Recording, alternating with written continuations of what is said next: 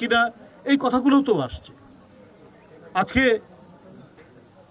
জুলাই জাতীয় সনদ 2025 স্বাক্ষর হলো।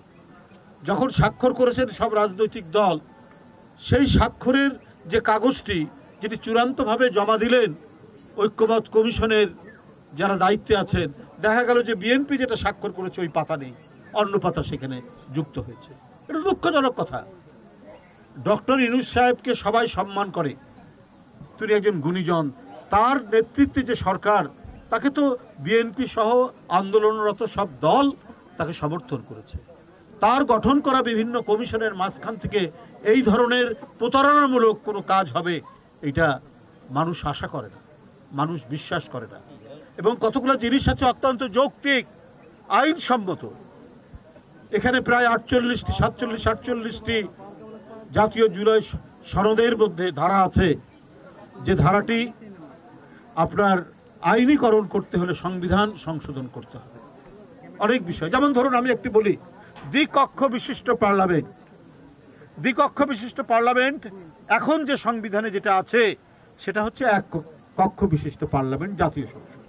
এটা যদি দ্বিকক্ষ বিশিষ্ট পার্লামেন্ট করতে হয় তাহলে তো সংবিধান সংশোধন করতে হবে বা সংবিধান বাতিল করতে হবে।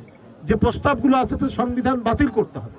তাহলে একবার কি নতুন করে নতুন সংবিধান করবেন, না সংবিধানের যে নিয়ম, যে স্বাধীনতার পর যে সংবিধান রচিত হয় জনগণ এবং সমাজের তাগিদ অনুযায়ী, সেটা সংশোধিত হতে হতে যায়।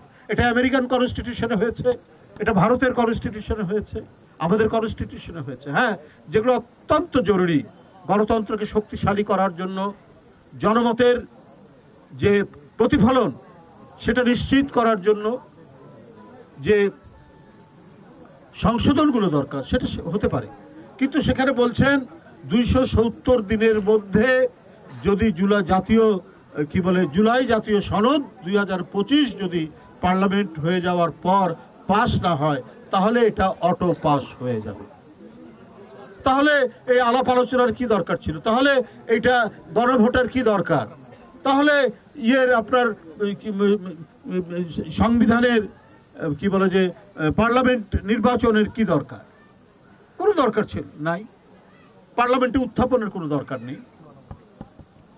যদি এটাই হয়, যদি কোনো একটি উপস্থাপিত বিষয় পার্লামেন্টে সেটা যদি 270 দিনের মধ্যে পাস না হয় তাহলে সেটা অটো পাস বলে গণ্য হবে। পৃথিবীর কোনো দেশে এই ধরনের কোনো ঘটনা আছে যেটা এককেন্দ্রিক, একদলীয়, কর্তৃত্ববাদী যে সমস্ত দেশ, সেই দেশে সম্ভব। কিন্তু সত্যিকার গণতন্ত্রের জন্য যে অফুরন্ত লড়াই, যার জন্য আবু সাইদ, যার জন্য ওয়াসিম আকরাম, যার জন্য মুগ্ধ আহনাফ জীবন দিল, তার ঐক্যমত কমিশনের এই ধরনের একটি ভেজাল জনগণের সাথে প্রতারণামূলক একটি জুলাই সনদে ভাবে হয় কি করে? এখানে প্রকৃত যে নোট অফ ডিসেন্ট সহ ঐক্যমত কমিশনের যে কথাগুলো ছিল সেগুলো তো থাকা দরকার ছিল। যাই হোক, আমরা নিরাশাবাদী নয়, আমরা হতাশাবাদী নয়, আমরা আশা রাখতে পারি। আমার মনে হয় সরকার এবং এর সাথে যারা কাজ করছেন, কমিশনগুলো এবং রাজনৈতিক দলগুলো, জনগণের স্বার্থকে সর্বোচ্চ অগ্রাধিকার দিয়ে কাজ করতে হবে। আইনি প্রক্রিয়ায় সেটি যাবে, সাংবিধানিক প্রক্রিয়ায় সেটি যাবে। ধারাবাহিকভাবে স্বাধীনতার পর থেকে একের পর এক যেটা সংবিধান যেভাবে সংশোধিত হয়েছে, হ্যাঁ, আওয়ামী লীগ আসলে একদলীয় কর্তৃত্ববাদী শাসন তারা করেন, বাকশাল করেছেন, সমস্ত দল নিষেধ করেছেন, সংবাদপত্র নিষেধ করেছেন। সেটি জিয়াউর রহমান যখন ক্ষমতায় আসলেন তখন আবার সেটি সংশোধন করে, ওই পার্লামেন্টে সংশোধন করে বহুদলীয় গণতন্ত্র এবং মানুষের কথা বলার স্বাধীনতা, সংবাদপত্রের স্বাধীনতা অবাধ করে দিলেন। এবং যে সংবিধানের মধ্যে আল্লাহর নাম ছিল না, জিয়াউর রহমান সেখানে আল্লাহর নামও সংযোজন করলেন, বিসমিল্লাহির রহমানির রহিম সংযুক্ত করলেন। সেখানে তিনি এই সংবিধানের মধ্যে আল্লাহর উপর বিশ্বাস এবং আস্থা তিনি এখানে স্থাপন করেছিলেন, যেটি শেখ হাসিনা মুছে দিয়েছে। গণতন্ত্র এবং আমাদের ধর্মীয় মূল্যবোধ, এটা শহীদ রাষ্ট্রপতি জিয়াউর রহমান তিনি সংবিধানের মধ্যে দিয়েছেন। মানুষ এটাকে সর্বান্তকরণে গ্রহণ করেছে। হ্যাঁ, আরও হয়তো আমাদের অনেক কিছু সংশোধন হওয়া দরকার।